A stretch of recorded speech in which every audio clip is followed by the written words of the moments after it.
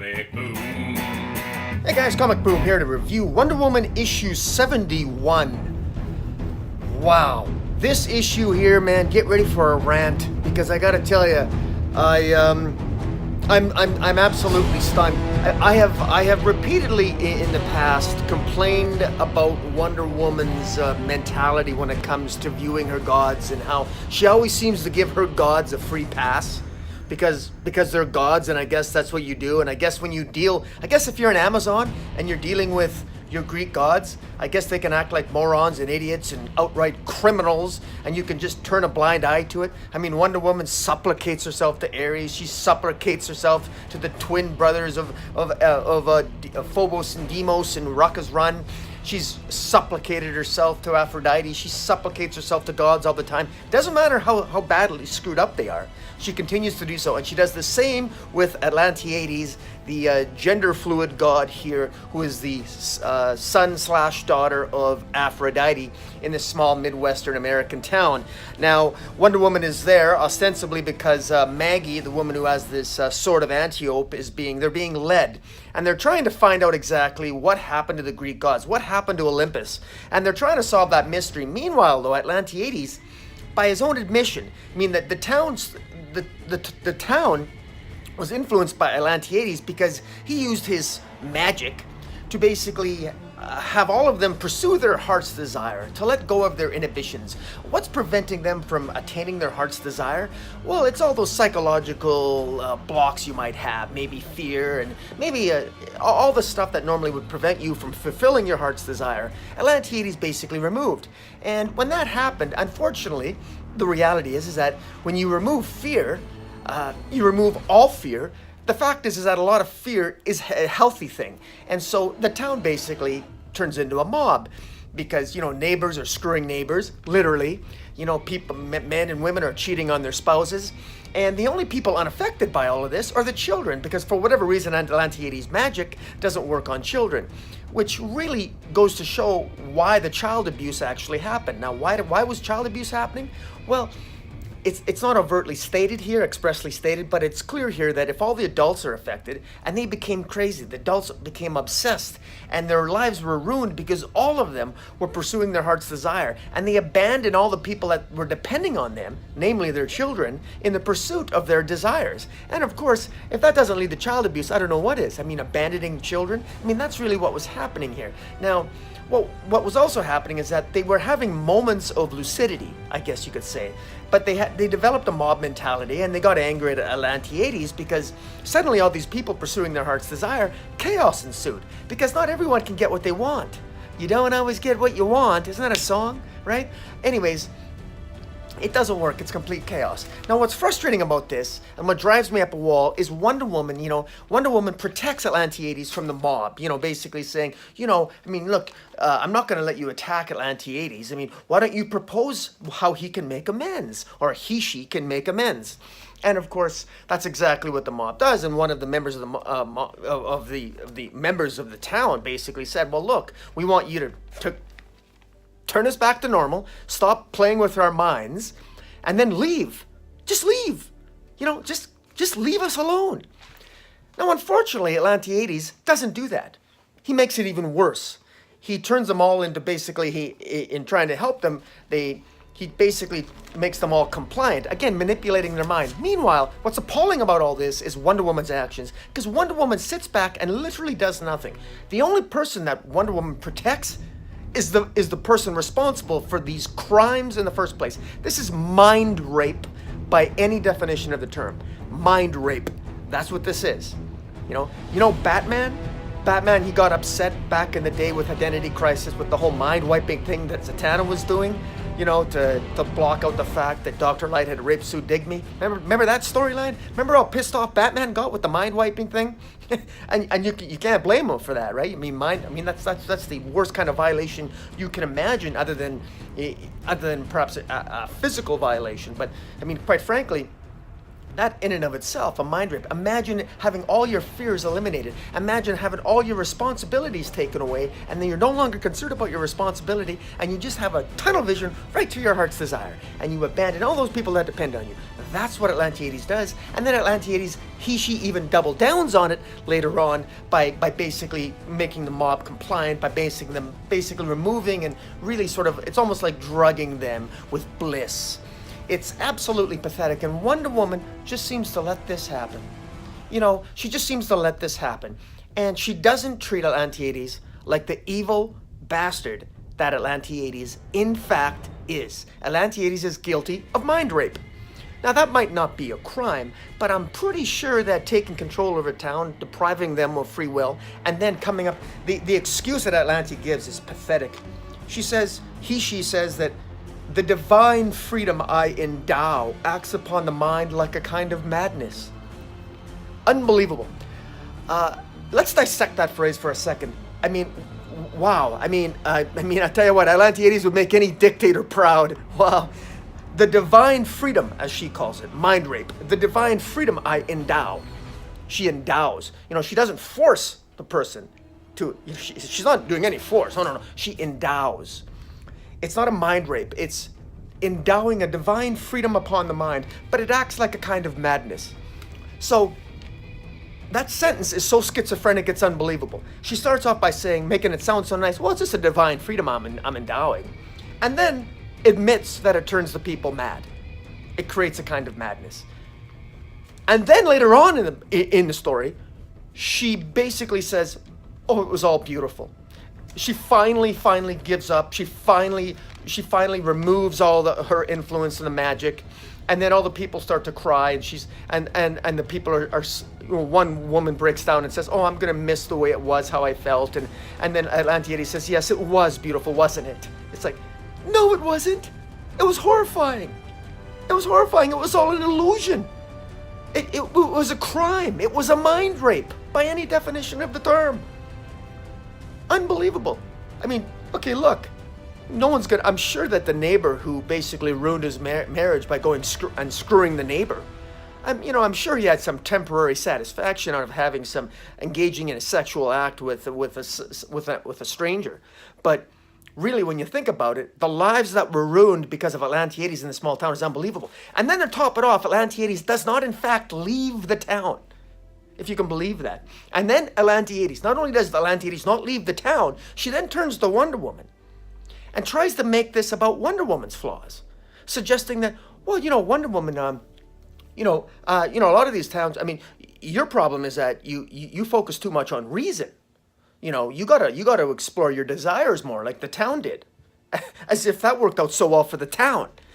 And then Wonder Woman nonsensically admits to an attraction toward Atlantiades, which, even if she is attracted to Atlantiades, that's her business. I don't care about that.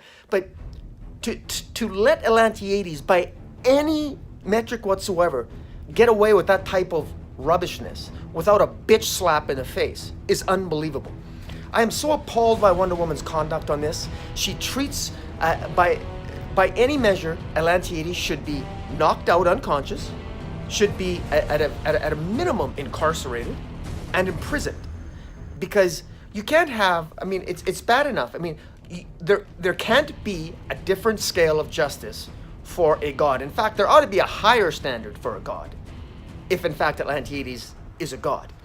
So there has to be more justice here. There has to be more comeuppance for Atlantiades. But Wonder Woman, of course, doesn't do that. And it just drives me crazy. At one point, Atlantiades says this to the people. She says, I told you you could follow your heart's desire, whatever that might be. I let you believe you could do so without consequence, that the limitations you placed upon yourselves were imaginary, but your friends, family, and jobs, etc. are not imaginary things. Follow your desires, but know that that when they lead you away from the people who depend on you, you may be asked to choose. And then one person says, oh, it was beautiful while it lasted. And Atlantiades says, yes, it was. It was beautiful, wasn't it? Absolutely appalling. Wonder Woman points out the obvious fact that you really needed to destroy a town. You really needed to destroy psychologically a town in order to figure that out. I mean, how old is Atlantiades? A couple thousand years old? And is still a complete idiot? Now, Wonder Woman, of course, is an idiot too, and she's apparently immortal under J. Willow Wilson's reasoning. So Wonder Woman's not too bright either, but she's at least a little bit brighter than Atlantiades. So Atlantiades is basically saying, well, I guess you can explore your heart's desire, but now I guess if you got people that depend on you, I guess maybe you shouldn't, or you may be asked to choose. You may be asked to choose? You may be asked to choose? If you've got children, the children are unaffected. You will be asked to choose. And the other the reality here is that Atlantiades is playing a mind game, and she's trying to she is trying to remove herself from accountability for her appalling actions.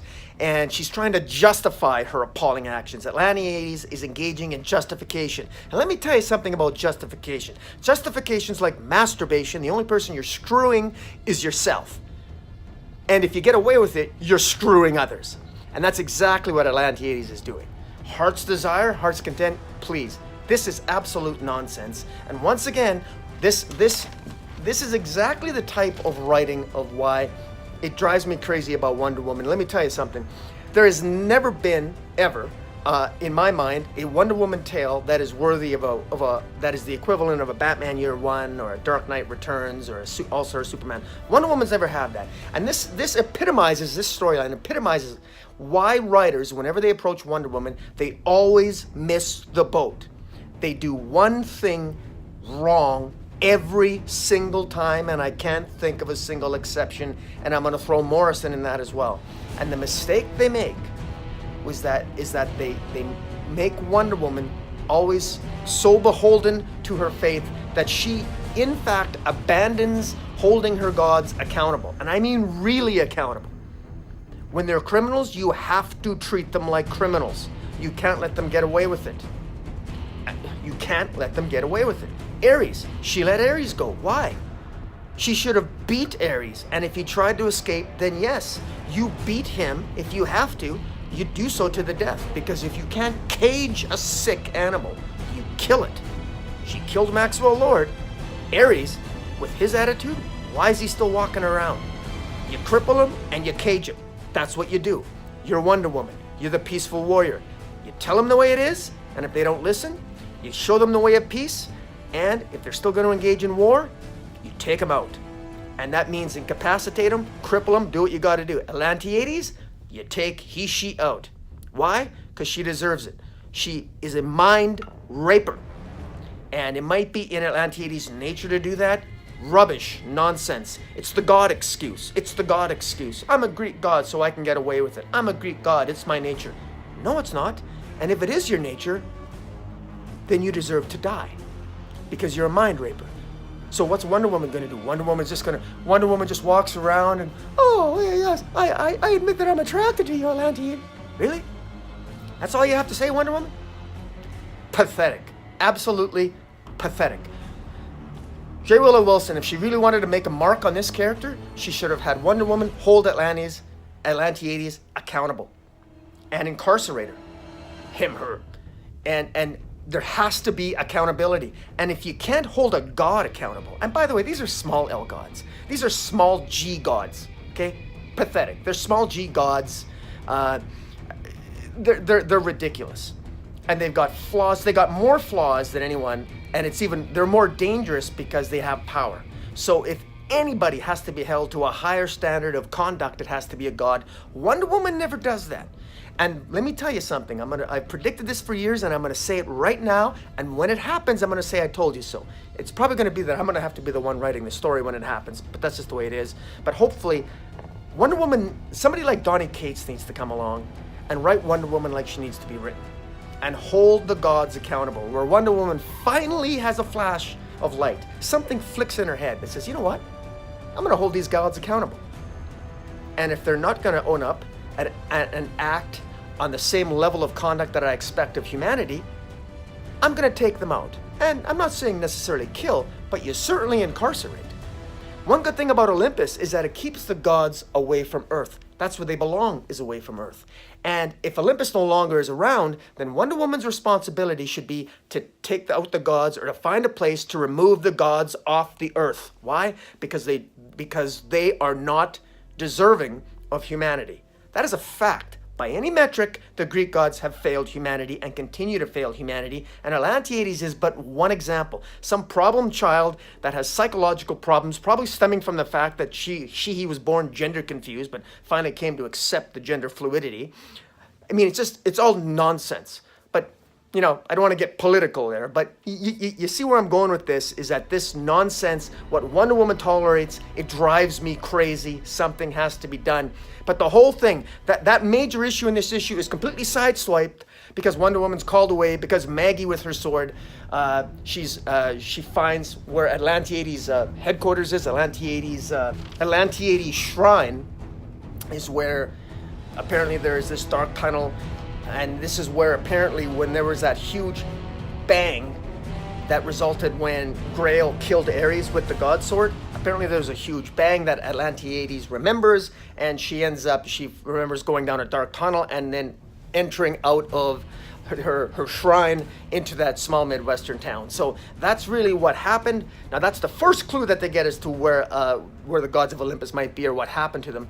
But quite frankly, I'm far more interested in how Wonder Woman dealt with Atlantiades.